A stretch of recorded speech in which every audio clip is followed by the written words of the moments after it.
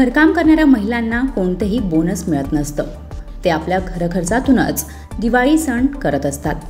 आणि हीच अतिमहत्त्वाची समस्या लक्षात घेऊन स्वामिनी प्रतिष्ठानच्या संस्थापक अध्यक्षा कांचन जाधव यांच्या संकल्पनेतून आमदार महेंद्र थोरवे फाउंडेशन आणि कुलदीपक शेंडे यांच्या सहकार्यातून घरकाम करणाऱ्या 600हून अधिक महिलांना रवा, मैदा आणि साखरेचे वाटप करण्यात आले.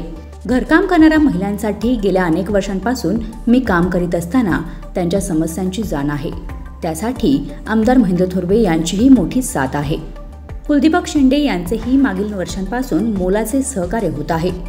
भविष्यात महिलांना विमा मिळवून देण्यासाठी काम करणार असल्याचे स्वामिनी प्रतिष्ठानच्या संस्थापक अध्यक्षा कांचन जाधव यांनी प्रास्ताविकातून सांगितले. घरेलू कामगार म्हणजे जे स्वतःच्या घरात काम करून दुसऱ्याच्या घरात जाऊन कामं करतात, अशा ह्या घरेलू कष्टकरी महिलांसाठी त्यांना सन्मान देण्यासाठी गेली 4 वर्ष काम करत आहे. हे काम करत असताना आमचे आमदार महेंद्र शेठ थोरवे हे आम्हाला वेळोवेळी सहकार्य करत आहे आणि त्यांच्यामुळे आमचं पाठबळ हे वाढलेलं आहे. आणि आता 2 वर्षापासून कुलदीप शेंडे हे माजी नगराध्यक्ष आहेत आणि हे आमच्या स्वामिनी महिला प्रतिष्ठानला त्यांचं सहकार्य लाभत आहे. आणि ही अशी त्यांची सगळ्यांची बळकटी आल्यामुळे आम्ही स्वामिनी महिला प्रतिष्ठान हे कष्टकरी महिलांसाठी अहोरात्र आम्ही प्रयत्न करणार आहोत. आत्ता सध्या मेडिक्लेमसाठी त्यांचं तरतूद करण्यासाठी आमदारांजवळ आम्ही शब्द दिलेला आहे आणि ती तरतूद चालू आहे. आणि अशाच प्रकारे त्यांना वेगवेगळे प्रशिक्षण देऊन त्यांना समाजामध्ये सक्षम करण्यासाठी, त्यांची बळकटी आणण्यासाठी आम्ही स्वामिनी महिला प्रतिष्ठान, आमचे आमदार साहेब आणि कुलदीप दादा आम्ही नेहमी कार्यतत्पर राहू. आपल्या घरी या मदतनीस मावशी नियमितपणे येऊन आपल्या रोजच्या कामांना हातभार लावत असतात. त्यांनाही घरातल्या कटकटी, आजारपणं, मुलांच्या चिंता, त्यांच्या आरोग्याचे प्रश्न असं सगळं असतानाही चेहऱ्यावर कोणतेही दुःख न दाखवता ते कुटुंबाच्या उदरनिर्वाहासाठी काम करतात. त्यांच्यासाठी आपले आमदार थोरवे हे विमा योजना सुरू करण्यासाठी प्रयत्नशील आहेत. भविष्यात नगरपालिकेच्या माध्यमातून विविध योजना राबवण्याचे काम करणार असल्याचे आश्वासन माजी उपनगराध्यक्ष कुलदीपक शेंडे यांनी दिले आहे. खरं तर कसं आहे की स्वामिनी महिला प्रतिष्ठान आणि आमदार महेंद्र शेठ थोरवे साहेबांच्या फाउंडेशनतर्फे जो काय कार्यक्रम होत असतो, हा दरवर्षी मला वाटतं 4-5 वर्ष दिवाळीच्या आधी कार्यक्रम होत असतो. यांच्याकडून एक चांगल्या प्रकारची भेटवस्तू दरवेळेला दिवाळी, फराळ किंवा बाकी वस्तू दिलेल्या जातात त्यांना.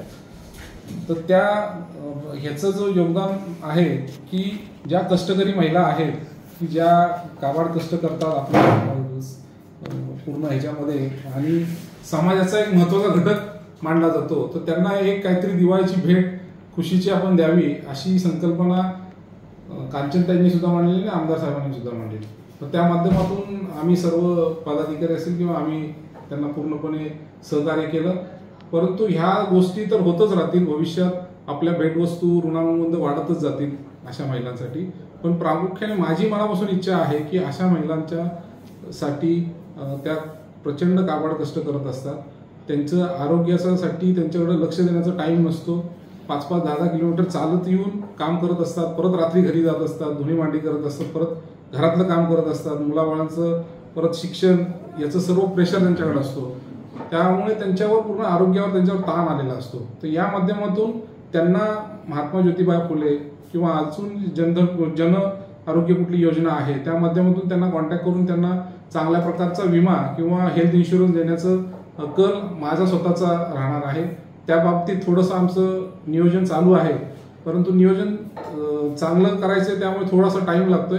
तर शासनामार्फत किंवा इंडिव्हिज्युअल कुठल्या मार्फत त्या महिलांना सर्वांना कुठल्या योग्य प्रकारे आरोग्य विमा देता येईल का याच्याकडे आम्ही पूर्णपणे प्रयत्न करत आहोत.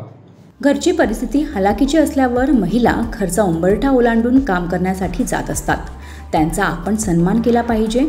घरकाम करणाऱ्या महिलांच्या कुटुंबासाठी आरोग्य योजना राबवली पाहिजे असंही पोलीस निरीक्षक सचिन हिरे यांनी बोलताना सांगितले. याप्रसंगी खोपोली पोलीस स्टेशनचे पोलीस निरीक्षक सचिन हिरे, माजी उपनगराध्यक्ष कुलदीपक शेंडे, राजू गायकवाड, माजी नगरसेवक मोहन अवसरमल, शिवसेना महिला आघाडी संघटिका प्रिया जाधव, शिवसेनेचे दिनेश थोरवे, राहुल गायकवाड, अनिल मेंढे, गणेश खानविलकर, सचिन किरवे, मुकेश रुपवते, रुपेश देशमुख, नाना मोरे, अमित फाले, डॉक्टर हेमंत पाटील, कल्पेश लोवंशी, महिला आघाडीच्या मेघा वाडकर, सोनिया रुपवते, इंदू पाटील, जयश्री मिंडे, शेखर जांभळे तसेच स्वामिनी महिला प्रतिष्ठानच्या संस्थापक अध्यक्ष कांचन जाधव, उपाध्यक्ष शीतल ढोकळे आदी प्रमुखांसह मोठ्या संख्येने महिलाही उपस्थित होत्या. Bureau report, news 46 Raigad, Khopoli.